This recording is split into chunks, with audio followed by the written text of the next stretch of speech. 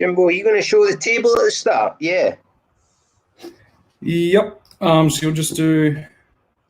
So I'll do my countdown, and then it'll go straight to you, and you can just do your intro, and then you'll kind of lead into the graphic for the table, and then I'll pull it up. Once you start talking about the league, I'll pull it up. Yeah. So you're going to show us the conference. Okay.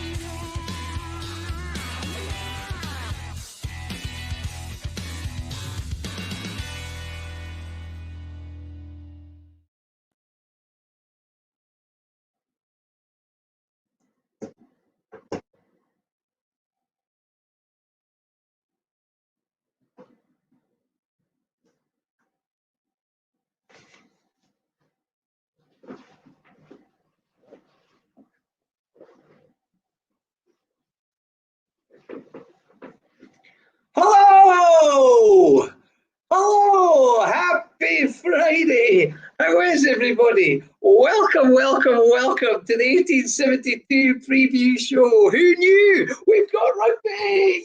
Yeah! So,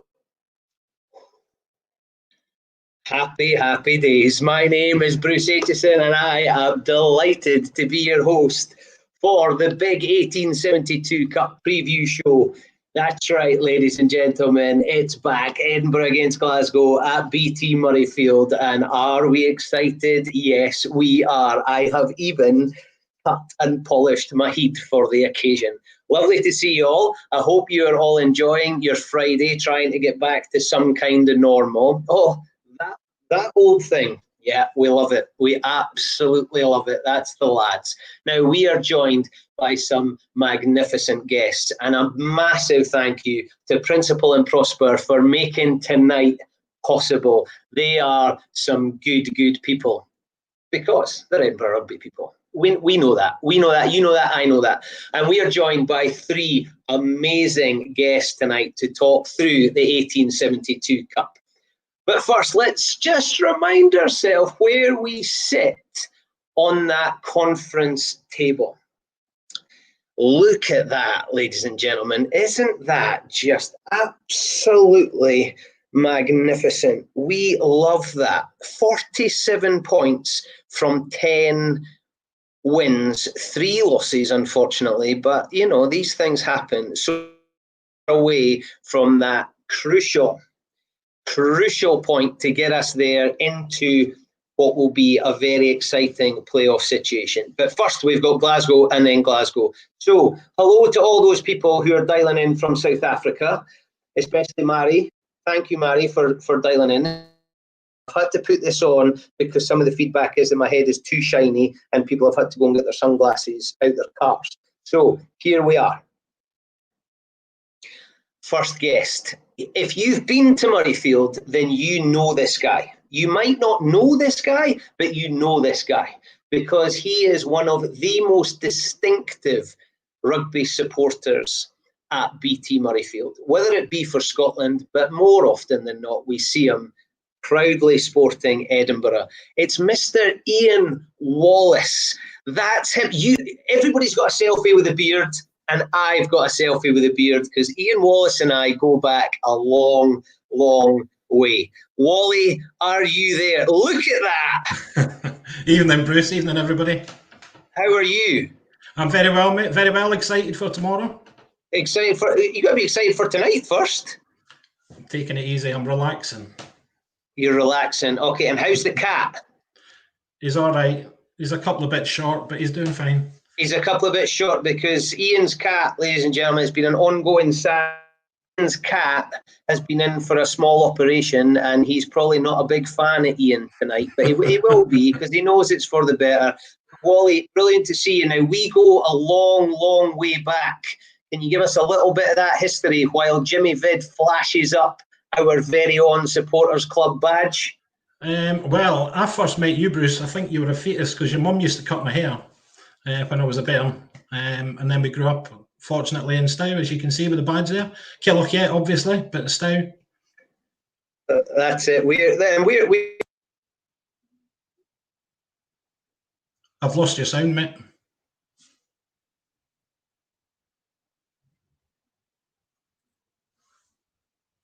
Preparation is everything, ladies. That's it. I can hear you. And I'm getting some feedback saying they can't hear me, so I put this there today. You can't hear, and anyway, we're there. I are the founding members of the 𝙏𝙊𝙉 Edinburgh Supporters Club. Yeah. So glad to see it. And what is it that makes Edinburgh Rugby so special to you, Wally? Well, I moved away from rugby. I was at the school, and then I moved away to football, and then I kind of fell out of love with it. Moved to Edinburgh, started going along to Murrayfield, and I just bought in, hook, line and sinker. Love everything about the club. Supporters, it's a big part of my life, a massive part of my life. It's not just a big part. And got you on because you are one of the most recognisable, big, lovable rugby fans. But you've also got something in the pipeline. What's happening? 12th of September, which is the date for the Pro 14 final. I'm being hopeful. The beard's coming off. It's been shaved off for My Name's Doddy. So there is a Just Giving page, hoping to raise £5,000, but we'll see how we do. So this is a cause that's close to both our hearts, because Doddy's for just up the road in Cortal Ferry, so we might let him into the Stow Edinburgh Rugby Supporters Club. Doddy, he's a great man, isn't he? And we love him a bit. So, ladies and gentlemen, there are the details for Ian's shave for Doddy. Please give. I think, Wally, I'm right in saying that we're now above £1,335, but you're doing just magnificently. I'm a little bit scared that nobody's going to recognise you. I don't think I'll recognise myself, mate, to be honest. It's been too long. Everybody's going to be wanting to snap a selfie with you without the beard, so that they can look say, like you. I was there. I've got one of the Heejin just turned upside down. Brilliant to see you, Wally. Well, we are joined by a supporting legend in Ian Wallace, but we're also joined by Mr. Ali Hogg. This is Ali Hogg in action. Let's see. Substitutions ready to come on. Ali Hogg, Scotland under-21 captain. He is an exciting prospect. They have high hopes for him at Edinburgh Rugby. Simon Cross, who was limping, comes off. Hey, that was a while ago, wasn't it? That was a while ago, that one. Hoggy, do you know what I love though? Legend, 48 caps for Scotland, and that is the only VT we've got of you with Edinburgh. I know, it's lovely, isn't it? So it's bring right the baby blue scum crap. What was I thinking? Coming on there, what's that like? What, you know, Wally and I can only dream. What's that like, coming on and playing for Edinburgh? That was great. That was a game against Toulouse, which we won, and so we got through to the quarterfinals. And I remember I only came on for the last 20 minutes. I think Crossy went off injured. I think I made sort of 16, 17 tackles in it, and it was just a blur. And it was one of the sort of games that you put on during sort of lockdown, and I ended up watching a bit of it, and you forget sort of what good players you're playing with and against, which was nice. It was a nice bit of trip down memory lane. Showing my girls going, look, there's Daddy, he's doing that, and which was quite nice. They lost interest after about 30 seconds, to be honest. But that was back in the glory days. So I say again, Bruce, you can't buy. You need to invest in some better broadband, mate. That was back in the day of playing at Meadowbank. It was, yeah. Like we did really well at Meadowbank. I think it was partly because it was a terrible stadium. Sort of change. So we had a really good change room. It's huge, massive. But the away change rooms was almost like, remember those old swimming pool change rooms with tiny racks? You could only get maybe 6 or 7 people in, but they're trying to get sort of 15, 20 people in them. And away teams used to hate coming there, and sort of cold Friday nights, and we did pretty well there. And life for you now, Hoggy, where do we find you now? Still down in Newcastle. Just sort of living down here still. Sort of retired and decided to stay down here rather than come back up home. So enjoying life down here. Obviously still a bit involved with Newcastle Falcons. And I'm actually doing a bit of sort of site and commissioning stuff as well. So I'm actually sighting Wasps Worcester tonight after this. So another bit of rugby for me. So it's nice to have it back. Last week I watched the Sale Harlequins game last week, and then I've obviously got Wasps Worcester tonight, and then obviously hopefully catch the game tomorrow. So it's nice to have a bit of rugby back on our TV. Poacher turned gamekeeper. Yeah, it's good. It's obviously looking from a different angle. You still get involved and give back a little bit, because from when I started, I turned professional in 2002, so I started playing senior rugby in 2000. Since then, the game's changed massively. The rules have changed, the way you could get down. I remember in the days when you could sack a maul, and if the maul didn't come down, you just feared for your life. You just curled up on a ball, and if you didn't get kicked on and stood on, then someone was wrong, and you got shouted at after the match that you didn't stand on somebody. And I always remember playing for Stirling County, and I got punched, and they weren't angry that I got punched. I didn't punch them back. Whereas now you're banned for like 12 weeks, and you can't do that. So the game's changed massively for the better. To be fair, it is a bit safer, because you go towards a ruck, and you go probably 5 yards past the ruck to stand the guy to then enter the ruck again. So things have changed a little bit. And how does it feel being an Edinburgh Rugby supporter rather than player? It's different. So obviously, when you move away at first, you obviously want all your mates to do well and people to do well. Whereas you look at the team now, I played with a few of the guys there, but not many. And obviously, so Andrew Davison making his debut. I played with him down here at Newcastle. He obviously he could have stayed in Newcastle. He decided to go back to Glasgow which was obviously where he's from. And it obviously didn't work out with him. They obviously got a lot of good young people. Scott Cummings there, Richard Gray coming back, and sort of good quality second rows.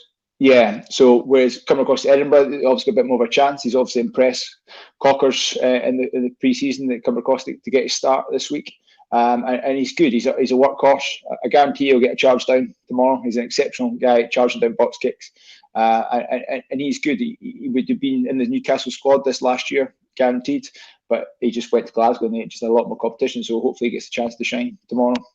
Yeah, absolutely. So from a past legend, we now go to someone who is just making waves wherever he goes, and now he's sending people his wares, shall we say. We'll let him talk a little bit more about this, but I don't need any introduction, so let's just go with the VT and see how this goes. Ladies and gentlemen, sit back, relax, and just enjoy.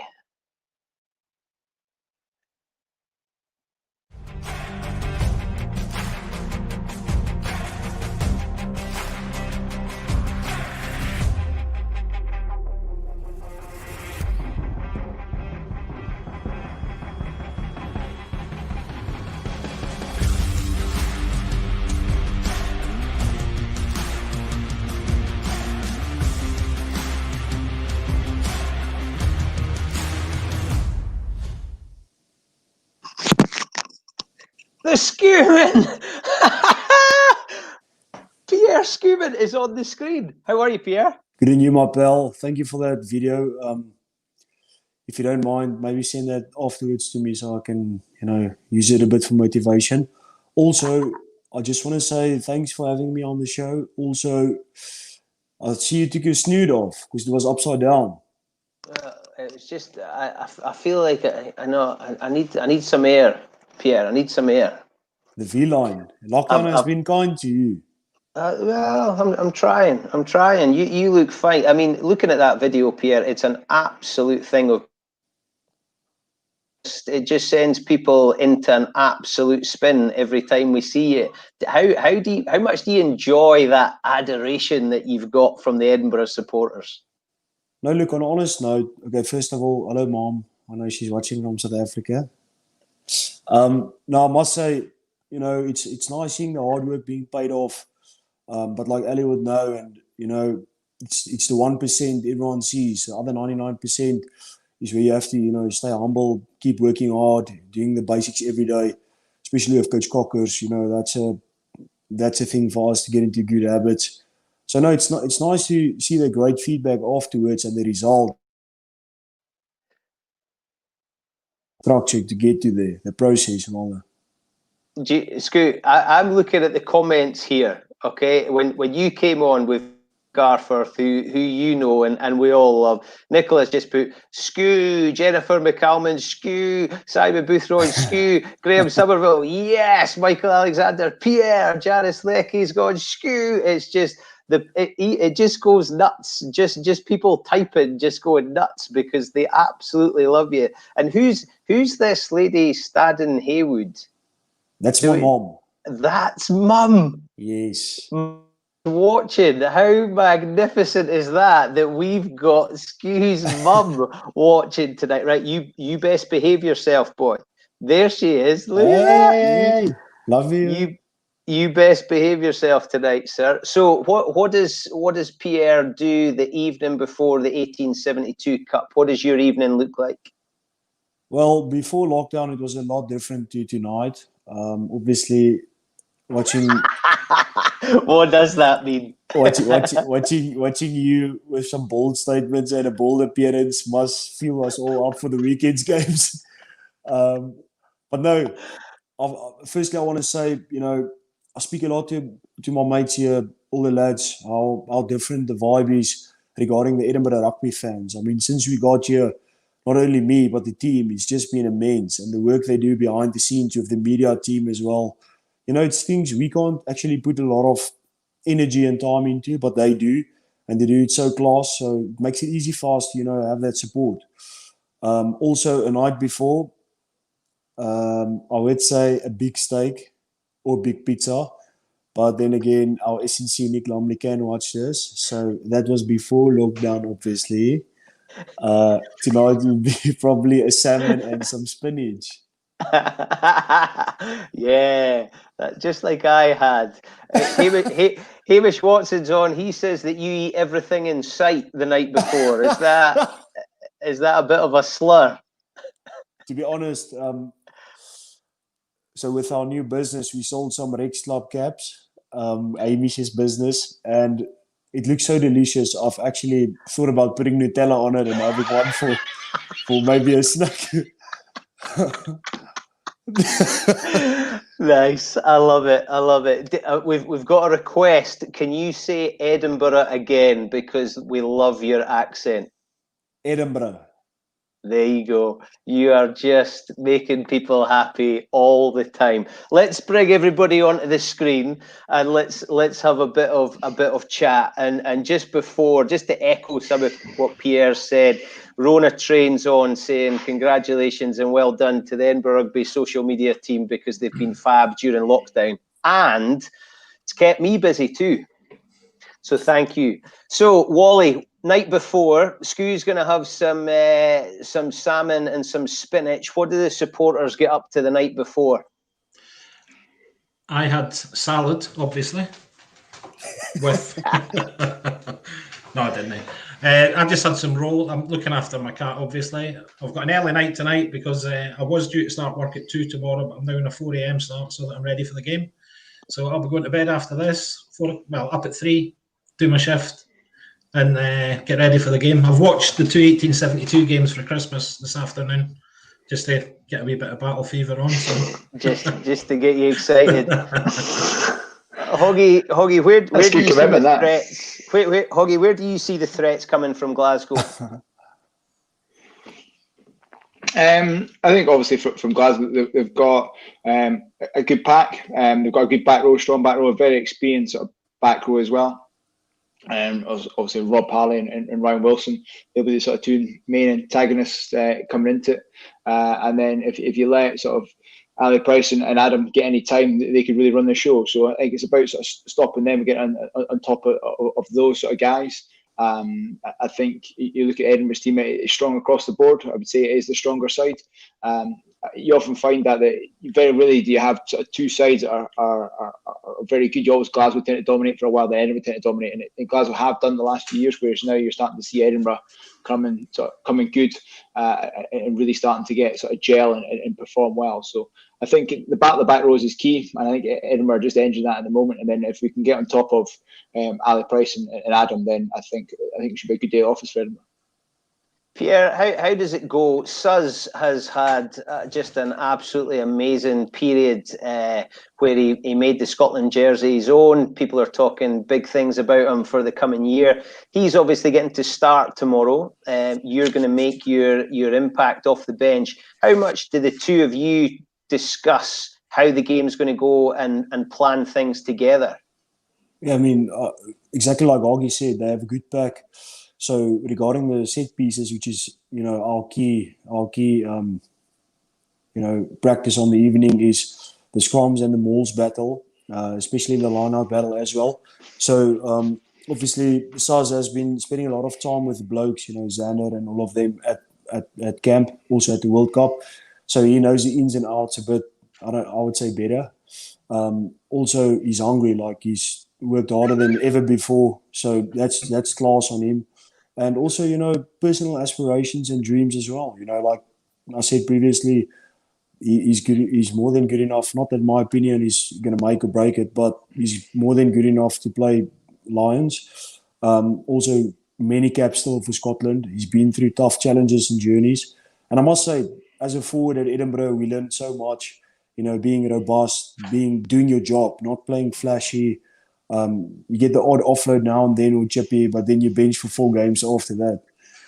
So you stick to what you do. That's brawling, mauling, scrumming, tackling, and just some, hard collisions. For the game, I would say the whole pack's very motivated, as well as Glasgow. I know they will be on for it as well.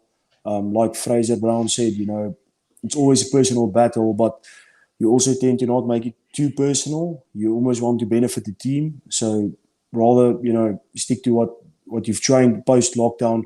We know they have a new, maybe attack, strat with the new coach. So we prepared well.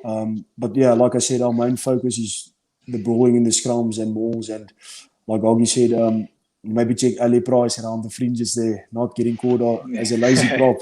Yeah.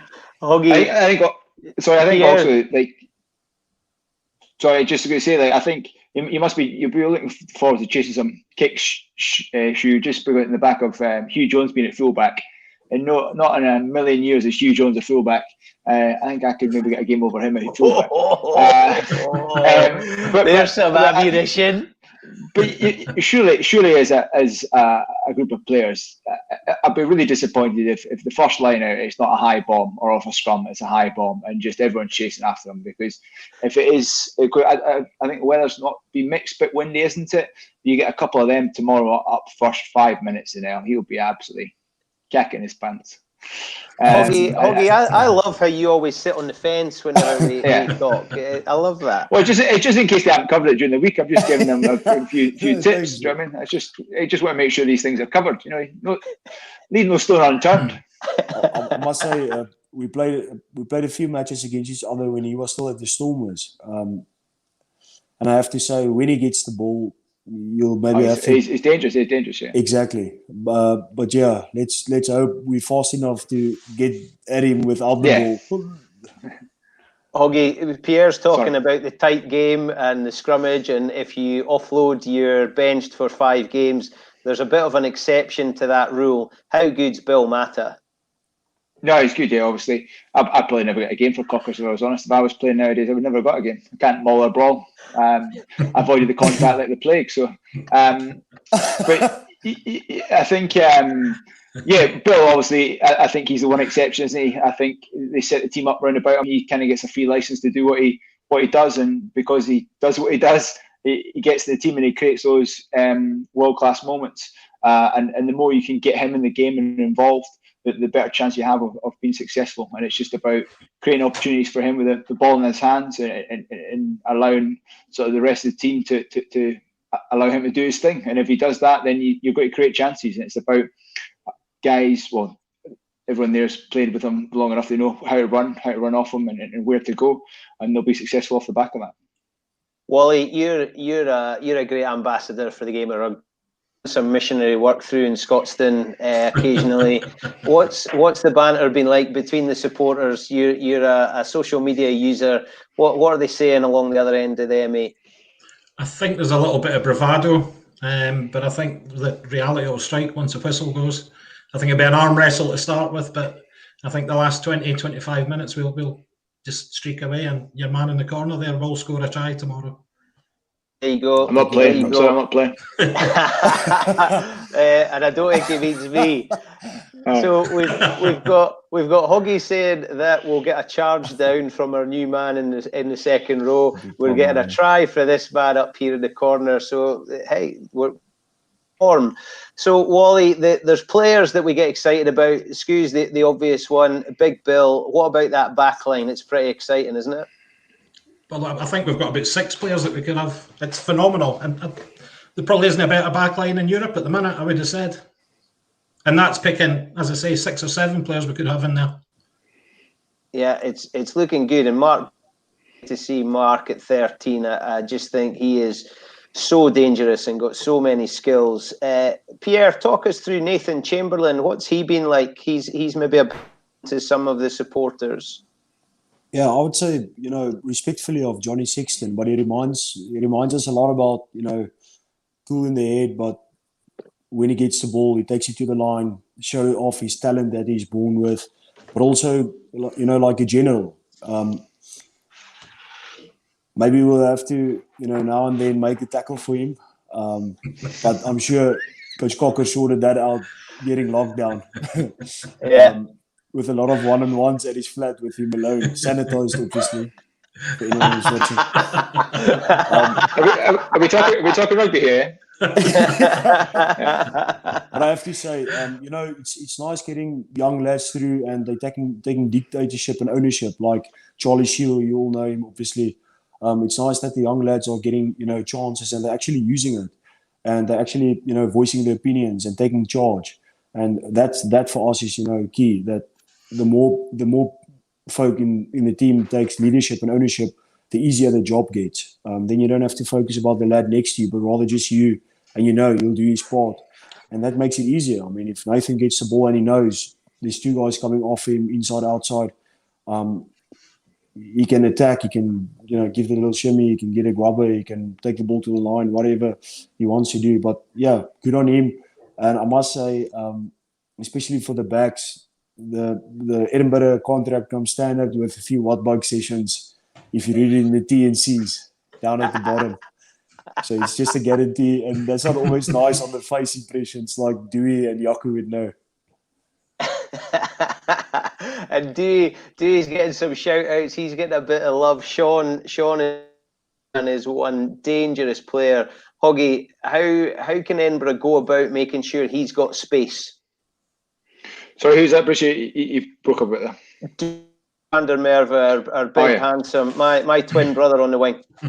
Yeah, but I suppose, again, it's a bit like Bill, isn't it? It's just creating opportunities off set piece, bringing him into the game, because, yes, he does well in space, but he is good in the sort of tight quads. He is so big and powerful, he takes a couple of guys to bring him down. So, it's about manufacturing things and getting the ball in his hands early and giving him time and space. So, I think the key is Cockers does a lot, let the forwards suck them in, and then when the opportunity is to spin it wide to get the ball in his hands in space, that'd be key. And you've got like sort of Mark Bennett there, good service, get into his hands there, let him make the decisions, get him on those outside breaks, draw that sort of winger in to make that decision, and then release him. So that's just the key, isn't it? It's just getting your big sort of strike runners in the game as often as possible. So whether it be like Mata, and then you saw your big forwards come around the corner, and just getting those big guys going. Nice. And Wally, there's one player that somehow has slipped through. We've not given him a name check. What about wearing number 15? Because not only do you know all the players, decent relationship with all their mothers as well. So what about our man at 15? The king. He is the king. He's outstanding, isn't he? He is a future Lion. I don't care what anybody says. He will play for the Lions. I think I've seen every game Blair's played at Murrayfield, and he just gets better and better and better. He will be pushing Hoggy soon, and I hope he puts some howitzers up towards Hugh Jones tomorrow. He's certainly capable. He's going to love that challenge, though, isn't he? Hugh Jones, Scotland international, playing in a new position. If Absolutely. Blair gets a chance, he's going to want to challenge him. Straight at him. You put the fear of God in him. What difference will it make if any of the players not having fans present? Hoggy, have you got any experience of this? Yeah, so like when certainly down in England, if you don't get picked for the first year, you go and play the A team on a Monday night in front of one man and his dog. So it's great. It's about creating atmosphere, and it's different. And probably if I don't know what if the TV's putting crowd noise over or not, but actually sometimes not on the crowd noise. It's good because you hear the communication, you hear the chat, and it's amazing the noise that goes on, and you don't appreciate how much the players are constantly talking to each other and helping each other and guiding each other through the game. And if you do, I don't know what the TV's going to do, but it is quite interesting, and you kind of create that buzz yourself, and it's all about your main leaders keeping the buzz and keeping the hype up and keeping guys on focus, because it is slightly alien, but once that whistle goes, as well as said earlier on, it's game day, and that kind of blocks out, because it's the same with you playing in front of 80,000 people. You don't really notice the 80,000 people because you're just so focused on what you're doing. So it's a bit like that. As soon as the whistle goes, then you're just kind of in the zone, and your professional players are there to do a job, and it's about doing it to the best of your ability. I'm not quite sure I believe that, Hoggy. Wally and I are for Stow. We would notice if there was 80,000 people around. I think that would impact us. Here's a brilliant question for Daniel Adamson. Let's forget about the 1872 Cup for a moment. Let's go round the houses. We'll start with Wally. Wally, what do you love most about rugby? Feel free to drop my name in there as well. Friendship and camaraderie between the fans and the players.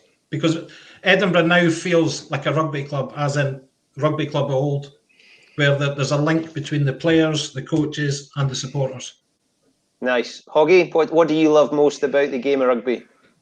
Exact same. It's people you meet, the mates you meet along the way. You might not see them for 5-10 years. You meet up, and like, how you going? And it's like you've never you take off where you left off. Sorry.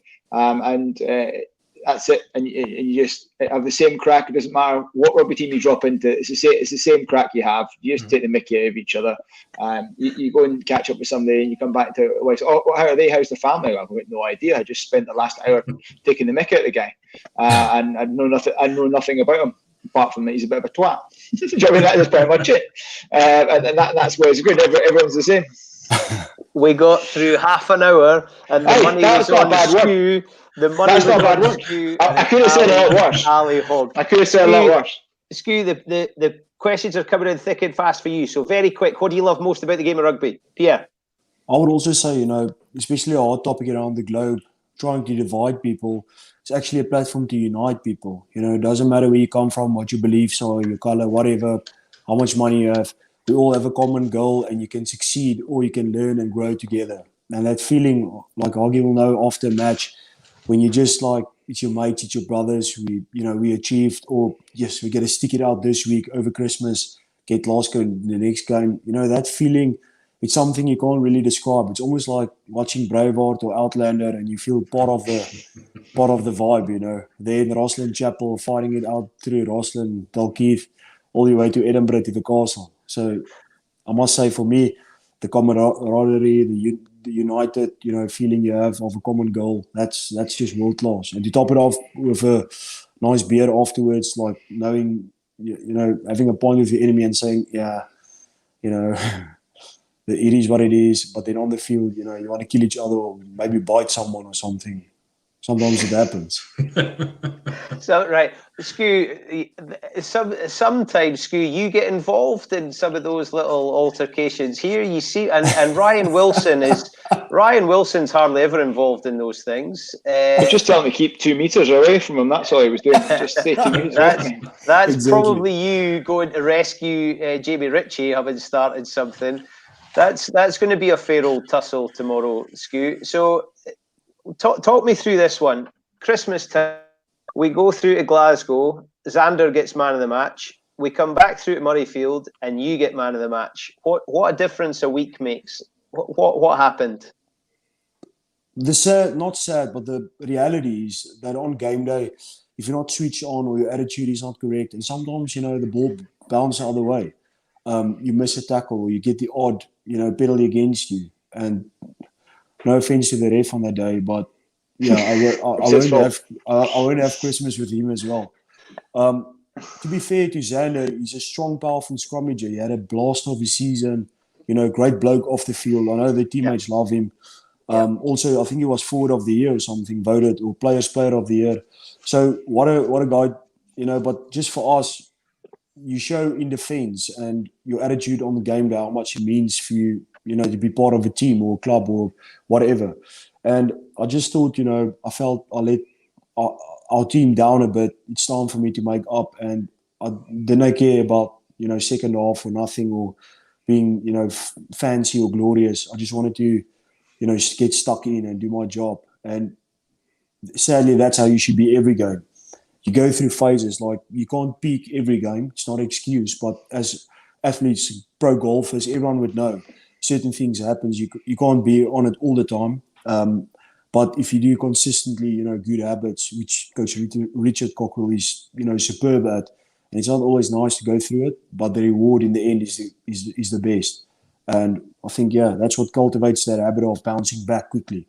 Back-to-back win, maybe. Now all of a sudden, that'd be nice. like Hoggy said, you're winning a few matches. And all of a sudden, the pressure's on you. You're not the underdogs anymore. What now? Can you produce week in, week out?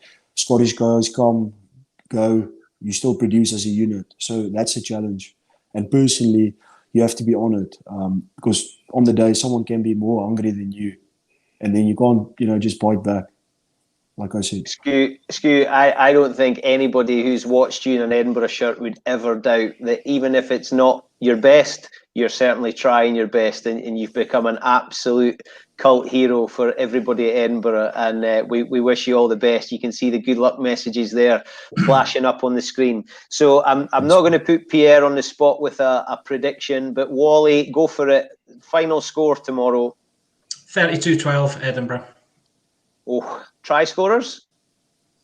Shuey. 𝙏𝙊𝙉𝙃𝙏 2. Mark Bennett. Oh, so a bonus point win. Wally is 100% certain a bonus point win. Hoggy, 32-12 was Wally's effort. Yeah, I think in a won by about 15. I think it's going to be scrappy first half. No one's had a competitive game for however long, and it's going to take the team that sort of settles in first. But I think Edinburgh are just a little bit too strong. So I think I'll be Edinburgh by 15. So I'll go. I think it will be sort of like 25-10 to Edinburgh. Nice. Oh, hey, we like the sound of that. I think what we'll do is we'll let you give a message to the supporters that have dialed in tonight from what looks like almost around the globe, certainly in the south of Scotland, in South Africa. You got a message for the supporters, Pierre? Yeah, well, just, like I said, since I've joined Edinburgh, the fans has been superb. And to be fair, like Ian said, we feel like everyone's connected somehow. And we all share this common, passion for rugby, especially mini Murrayfield that's been built now. Can't wait to get in there. Let's like Hoggy said, let's get the games on the TV. Let's get to Murrayfield when we're allowed to, and let's support the blokes on the field. I know it's going to be up-down season. The Six Nations said autumn test, British and Irish Lions, all these things. But our home is first Edinburgh, and we're so proud of that. We've done the management has done a superb job, and so get on the tram and let's unite the city like never before. Pierre, we absolutely love you, and we wish you all the very, very best for tomorrow. And I think everybody will be looking to see, is Cockers bringing him on at 55 or 60? Where is he coming on, and what is he going to do when he gets on? So your verse this evening, sir.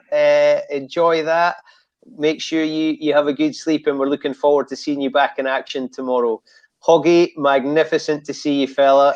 You are one of those annoying people who gets better looking the older you get. So I think I'm going to make sure you're not on the screen with me again in future. But thank you for coming tonight. Lovely to see you. No problem. Good luck tomorrow, Shu. Thanks, pal. Appreciate it so much. Wally, we absolutely love you. You are worshipped by all, by the players, by the supporters. We wish you all the very best for your shave. It will get chilly, but we're looking forward to September 12th. Look out for Wally posting. Edinburgh have been very good to support him, and he's going to shave off that beard to raise money and awareness for the great man Doddy Weir, and we love him to bits as well. Thanks, Wally. Brilliant to see you. Have you got a message for your fellow supporters? Make some noise, people. I know we'll not be in the ground, but you can shout and go mental in your house. That's great. Brilliant, gentlemen. Thank you very much. Now, next week, ladies and gentlemen, we have been told, and you would have seen, I think, some of the messages that have been going out to say that there will be supporters at BT Murrayfield next week. And it will be the first professional rugby game in Britain to have supporters. So everybody behave yourself. Tell your friends, tell your colleagues, tell your family, behave. Because if we've got a chance to go to Murrayfield, we don't want it to slip through our fingers. So behave. I'm going to be on Nicola Sturgeon's briefing on Monday to tell people behave so we can get back to Murrayfield for the 1872 Cup. Thank you very much for joining us. Thank you to Principal and Prosper for all of their support and making it happen. The gentlemen at Principal and Prosper, that everybody that I've met has been absolutely top drawer. They love their rugby. They love being at Murrayfield, and we're hoping that we're going to be back there all together very, very soon. My name's been Bruce Aitchison. I've been your host. I have loved sharing the screen with Ian Wallace, Ali Hogg, and your favourite, my favourite, everybody's favourite, Pierre Schoeman. So all that is left, enjoy your Friday night, enjoy the build-up, and enjoy the game. And come on, Edinburgh. Yes! See you soon. What's in it? There's chance here. Powers his way through. Has another carry. Steps inside. And Schoeman